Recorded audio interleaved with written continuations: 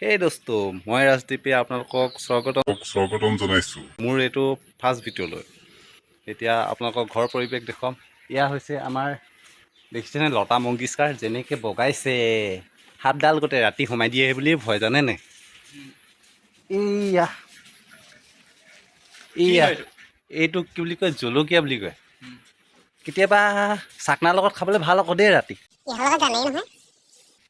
এয়া আমাৰ এয়া টেঙা, এইফালে টেঙাই টেঙা, এইফালে তগৰ ফুল থাকিলেও কি হ'ব, পখিলা গালতহে পৰিব চাই, উঠতহে পৰে আৰু কি কৰিবি আৰু।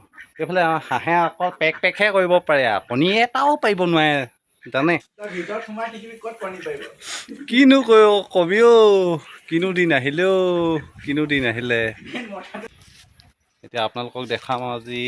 এয়া আহক আমাৰ ঘৰৰ পৰিৱেশটো অকণমান দেখুৱাওঁ।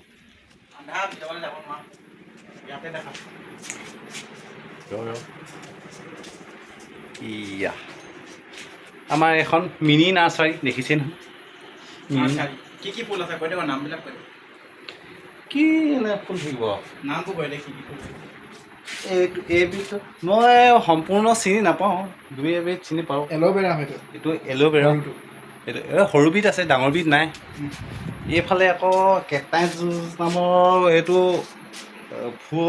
এটা আছে, এইটো কোনোবাই যদি চিনি পায় ক'ব পাৰে। আৰু আমাৰ ইয়াত মাজত বহি আছে এইজন ঋতু। কৃষ্ণ কৃষ্ণ কৃষ্ণ কৃষ্ণ ইয়াত নাই অ', ঘৰত আছে।